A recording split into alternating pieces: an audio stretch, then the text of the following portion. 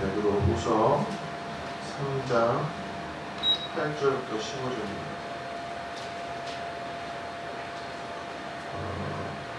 8장 3장 8절부터 15절 신약성경 386페이지입니다.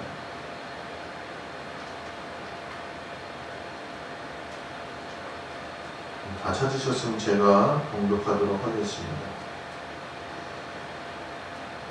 8절부터 15절까지입니다. 사랑하는 자들아, 죽게는 하루가 천년 같고 천년이 하루 같다는 이 한 가지를 잊지 말라. 주의 약속은 어떤 이들이 더디라고 생각하는 것 같이 더딘 것이 아니라 오직 주께서는 너희를 대하여 오래 참으사 아무도 멸망하지 아니하고 다 회개하기에 이르기를 원하시느니라. 그러나 주의 날이 도둑같이 오리니 그날에는 하늘이 큰 소리로 떠나가고 물질이 뜨거운 불에 풀어지고 땅과 그 중에 있는 모든 일이 드러나리로다. 이 모든 것이 이렇게 풀어지리니 너희가 어떤 사람이 되어야 마땅하냐. 거룩한 행실과 경건함으로 하나님의 날이 임하기를 바라보고 간절히 사모하라. 그날에 하늘이 불에 타서 풀어지고 물질이 뜨거운 불에 녹아지려니와 우리는 그의 약속대로 의가 있는 곳인 새 하늘과 새 땅을 바라보도다. 그러므로 사랑하는 자들아, 너희가 이것을 바라보나니 주 앞에서 점도 없고 흠도 없이 평강 가운데서 나타나기를 힘쓰라. 또 우리 주의 오래 참으심이 구원이 될 줄로 여기라. 아멘. 여기까지만 보겠습니다. 할렐루야. 아멘. 네, 오늘 예배 나오신 우리 성도님들을 환영하고 축복합니다.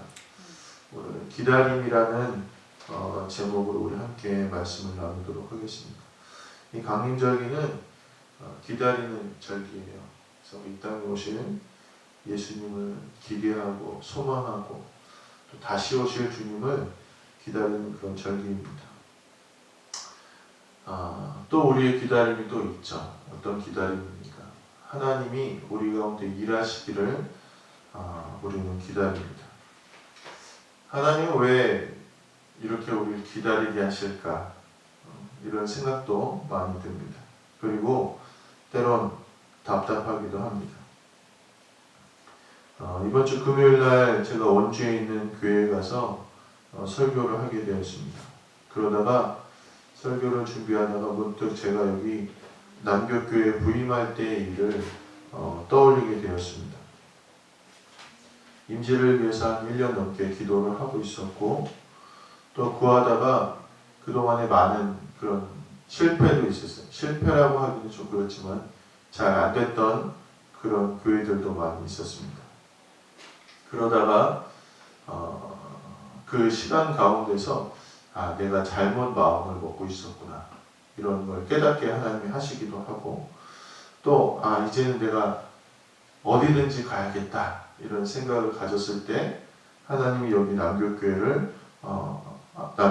인도해 주셨던 것을 기억합니다. 많은 기다림 뒤에서야 하나님의 일하심을 경험했고 지금도 그런 일들을 경험하고 있습니다. 오늘 우리의 기다림이 너무나도 이해가 되지 않을 때가 많이 있습니다. 특별히 하나님의 때를 기다리는 것은 너무나도 힘이 듭니다. 노아는 홍수를 100년을 기다렸습니다. 100년 동안 방주를 지으면서 그 긴 시간 동안 세상 사람들의 조롱거리가 되었습니다. 모세는 광야에서 40년을 이스라엘 땅을 가기 위해 기다렸고 또 예수님이 승천하시면서 내가 이 땅에 다시 오리라 이야기하셨는데 우리는 2000년을 넘게 지금도 기다리고 있습니다. 우리는 하나님의 때를 알 수 없습니다. 그리고 하나님의 방법도 알 수 없습니다. 왜냐하면 우리의 지혜로는 이해가 되지 않기 때문입니다. 오늘 우리가 보내고 있는 시간은 사순절이고 예수님을 기다리는 시간입니다. 초대교회 성도들은 예수님이 금방 오실 줄로 알았습니다. 그래서 예수님의 말씀도 사실 기록하지 않았어요. 성경도 원래는 초대교회 성도들이 예수님 금방 오실 줄 알고 말씀을 기록하지 않았습니다. 근데 그 당시에 영지주의라든지 많은 이단들이 먼저 막 성경을 기록하고 자기 멋대로 쓰고 하니까 그제서 이제 사도들이 기록하기 시작했습니다.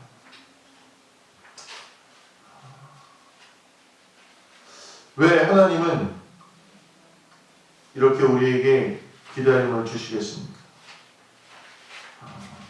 이렇게 기다리고 나니까 이 초대교회에 문제가 생기기 시작했습니다. 박해가 계속되죠. 또 핍박이 계속되죠. 그러니까 주님이 그래도 오시지 않으니까 이 초대교회 교인들이 흔들리기 시작했습니다.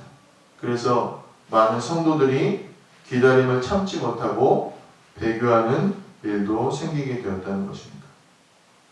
그러면 오늘 우리가 왜 하나님이 우리를 기다리게 하시는지에 대한 이유를 알아야 되지 않겠습니까? 오늘 본문은 하나님이 기다리시는 이유를 본문을 정리하자면 이런 것입니다.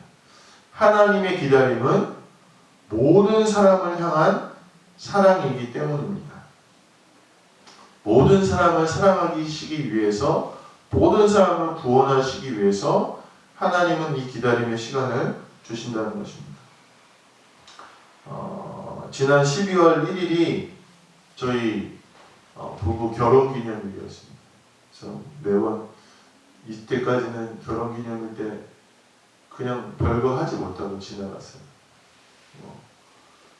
집에서 뭐 시켜 먹든지 이렇게 하고 지나갔었는데 요 시즌이 바쁘잖아요. 그래서 아무것도 못하고 지나가다가 이번에는 소고기를 먹으러 갔어요. 소고기를 먹으러 갔는데 너무 맛있더라고요. 그래서 소고기를 맛있게 먹고 있는데 한참 맛있게 먹는데 떠오르는 얼굴들이 있는 거예요. 우리 성도님들 같은 누가 맛있는 거 먹을 때 누가 떠오르십니까? 가족이죠. 그렇죠.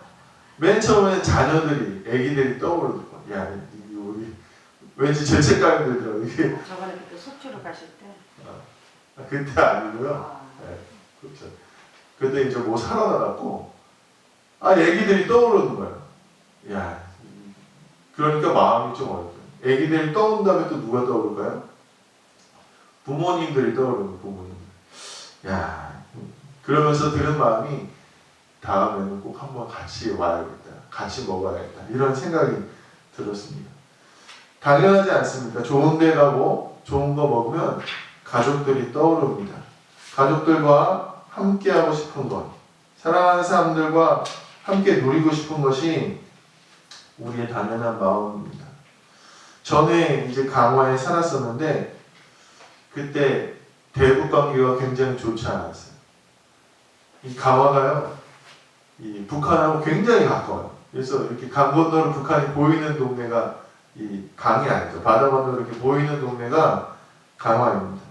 그래서 강화 전망대 보면은 저 북한 사람들 왔다 갔다 하는 게 보입니다.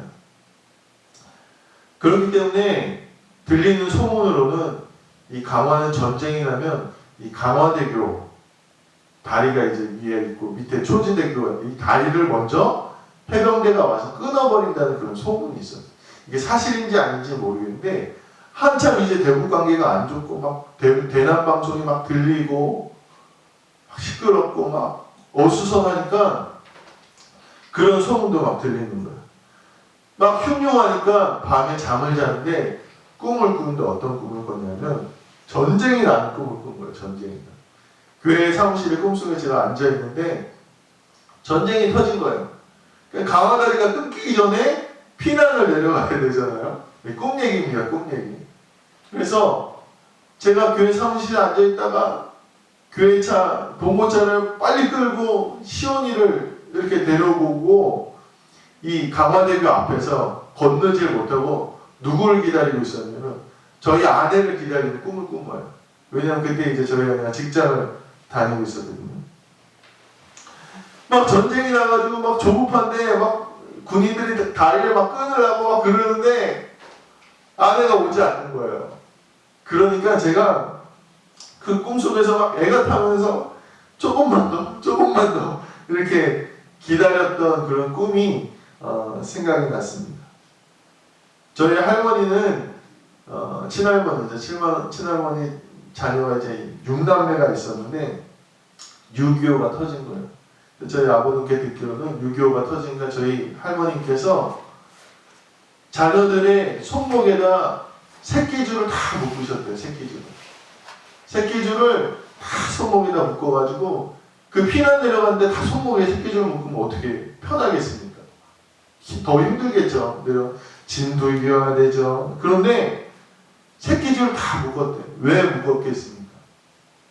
내가 자녀 한 명이라도 내가 잃어버리지 않기 위해서 그 새끼줄을 묶고 내려갔다는 거예요. 만약에 그때 저희 아버지나 고모나 막내 삼촌이나 잊어버렸다면 아마 그 마음이 어떻겠습니까? 오늘 하나님이 우리를 기다리시는 이유가 있습니다. 우리에게 기다림을 주시는 이유, 하나님의 나를 오지 않고 초대 성도들이 그렇게 원하고 있었지만 그래도 하나님이 기다리시는 이유가 있다면 오늘 말씀을 통해 우리가 알 수 있는 것은 이 한 영혼에 대한 이 애끓는 마음이 오늘 하나님께 있다는 것입니다. 누가복음 15장 4절에 보면 잃어버린 양 한 마리의 비유가 나오는데 너희 중에 어떤 사람이 양 100마리가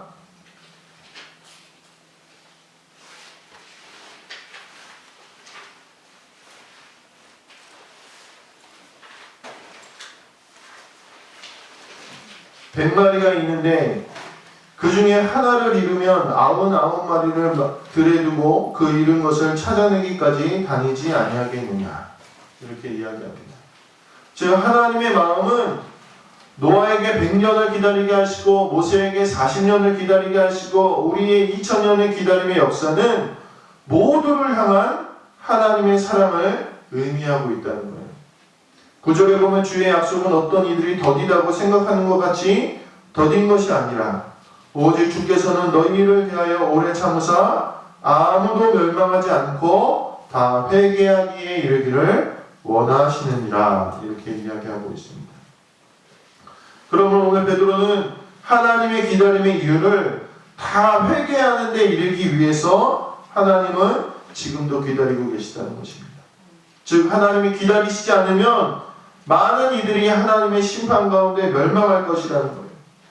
그러므로 하나님의 역사는 모든 이들을 위한 역사라는 것입니다. 오늘 하나님은 어떤 한 사람을 위해서만 역사하시지 않습니다. 하나님의 역사는 이 세계를 주관하시고 운행하시는 역사입니다.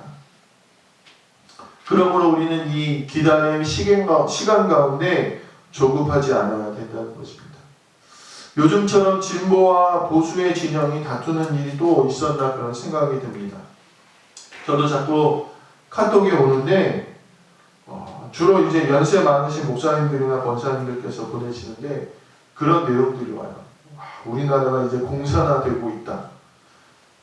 빨갱이들이 선거를 조작하고 음모가 있다. 기도해야 된다.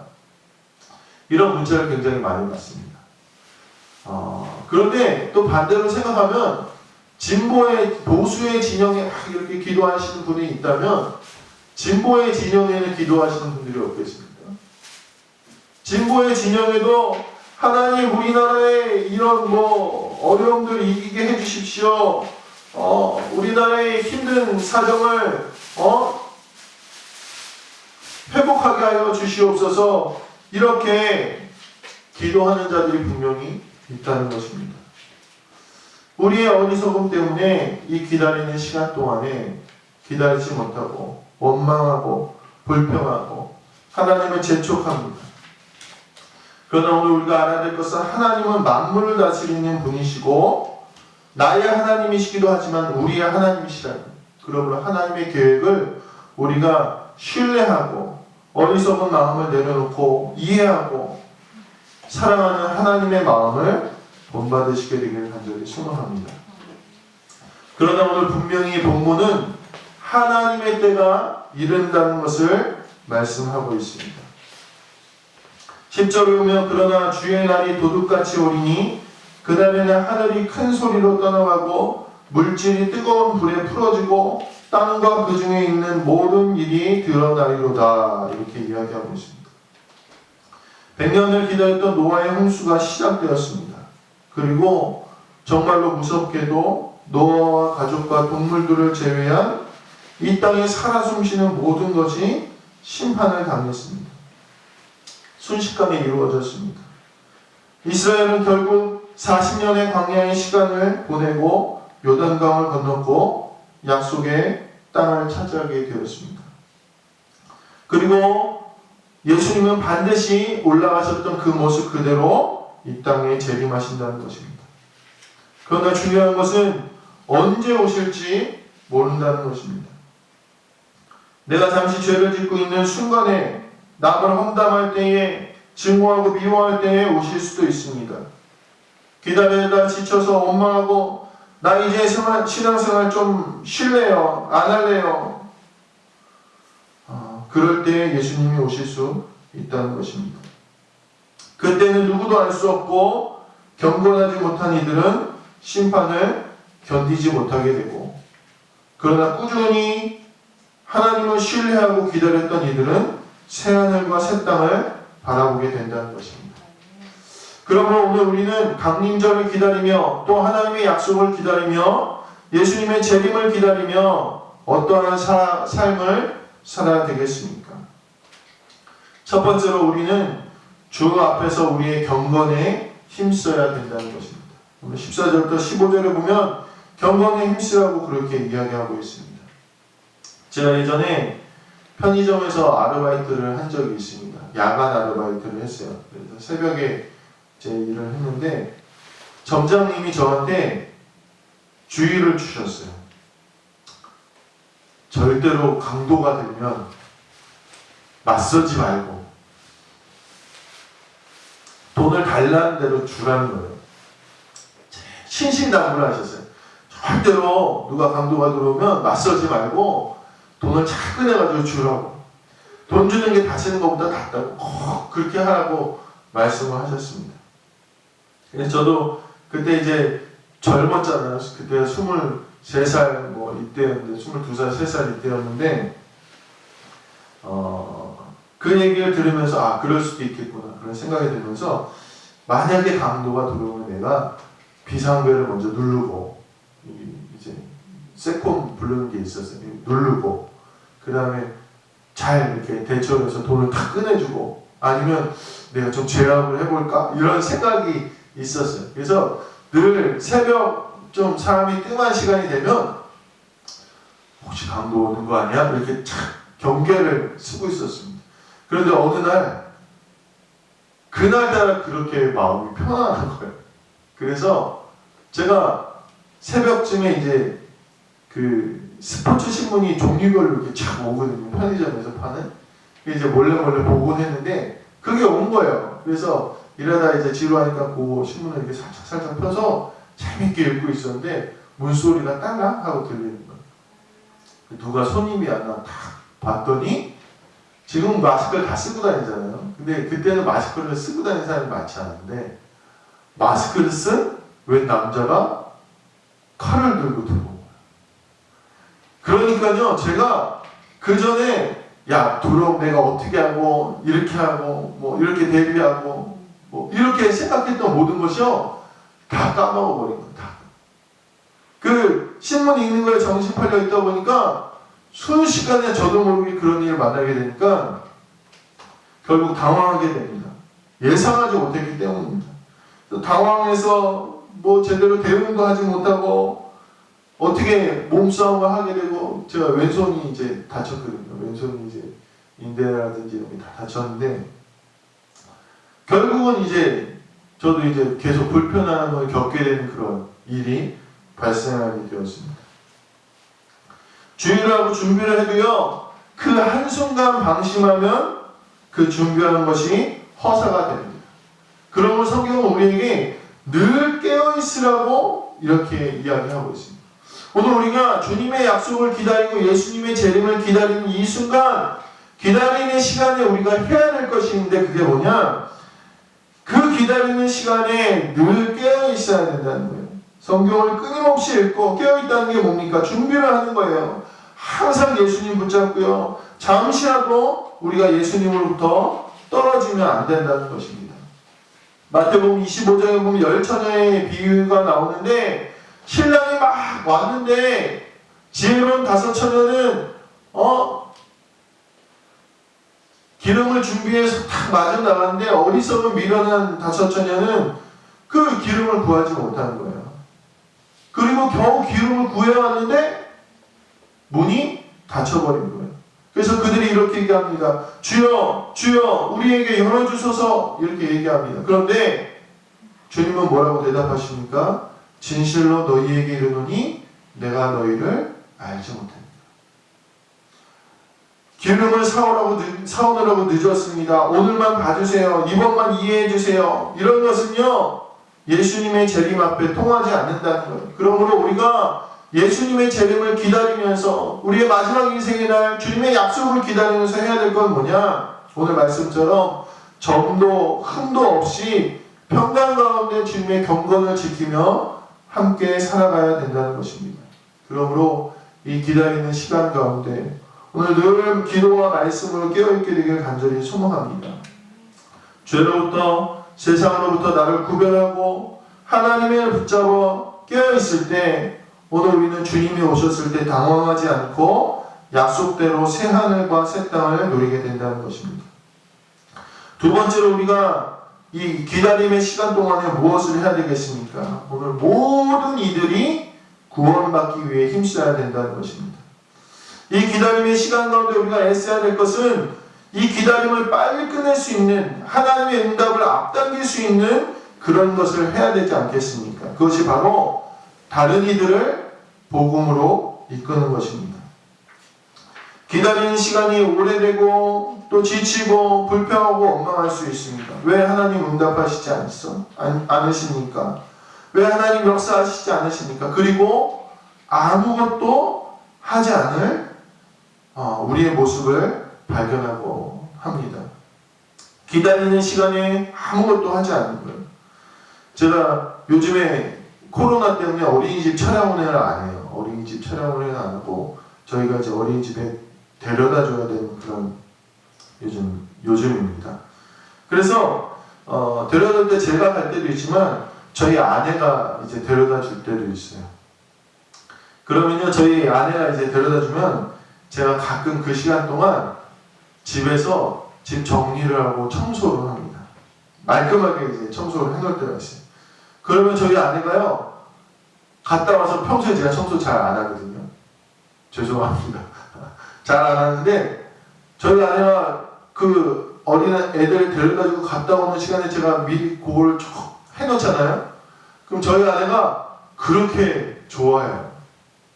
평소에 안 하다가 제가 그 시간에 평소에는 뭐 그 시간에 그냥 제 할 거 하는데 아내를 위해서 청소를 한 번 가끔가다 하는 거예요. 가끔가다 한 번 하면요 그렇게 좋아할 수가 없습니다. 짜증도 안 내고요. 말도 저한테 상냥하게 해주고요. 그날 하루는 참 친절하게 그렇게 대해줍니다. 오늘 우리가 예수님의 역사하심 또 예수님의 다시 오심을 기다리는 시간을 우리가 살아가고 있는데 우리가 그 시간에 뭐 하겠습니까? 예수님이 가장 기뻐하시는 것, 하나님이 가장 기다리시는 걸 우리가 해야 됩니다. 하나님의 마음을 헤아려야 되는 것이다. 오늘 하나님의 마음은 모든 이들을 사랑하시는 마음입니다. 그 사랑 때문에 그 아들을 우리에게 내어주셨습니다. 그러므로 우리가 이 기다리는 이 강림절의 시간을 보내면서 최선을 다해야 될 것은 영혼 구원을 위해서 최선을 다해야 된다는 것입니다. 성경에 보면 한 달란트 받았던 종이 나오는데 그 종이 주인에게 굉장한 핍박을 받았습니다. 굉장한 책망을 받았습니다. 주인이 먼 곳에 여행하러 갔다 오면서 돈을 맡겼는데 그 종이 책망을 받았던 이유는 기다리면서 아무것도 하지 않았기 때문에 책망을 받았다는 거예요. 오늘 우리가 하나님의 응답을 기다린다 그러고 우리가 하나님의 재림을 기다린다 그러고 하나님의 역사하심을 기다린다 그러는데 열심히 기다릴 줄은 아는데 주를 위해서 하는 것이 없다면 결국은 우리도 책망받을 뿐이라는 것입니다. 오늘 강림절 기다리는 시간을 보내시는 우리 모든 성도님들, 오늘 주님의 때는 우리가 알 수 없지만 그 기다리는 시간 가운데 우리 사랑하는 모든 안교교회 성도님들이 주를 위해서 더 경건하고 늘 깨어 있으시고 또 영혼 구원과 복음 전파의 사명에 최선을 다하시는 우리 모든 성도님들 되시기를, 그래서 주님 다시 오셨을 때, 주님 역사하실 때에 그 새하늘과 새 땅을 맛보시는 성도님들 되시기를 주님으로 간절히 축원합니다. 기도하시겠습니다. 하나님 감사합니다. 주님을 기다리는 이 대림절 시간에 우리가 무엇을 해야 될지 오늘 말씀을 통해서 깨닫습니다. 우리를 모두 구원하시기 위해 기다리시는 그 주님의 은혜를 이 시간 깨닫게 하시고 그 기다림의 시간을 감사함으로 늘 깨어 있어서 주의 복음을 전하는 우리 모두가 될 수 있도록 인도하시고 역사하여 주시옵소서. 감사드리며 우리 주 예수 그리스도의 이름으로 기도드렸습니다. 아멘.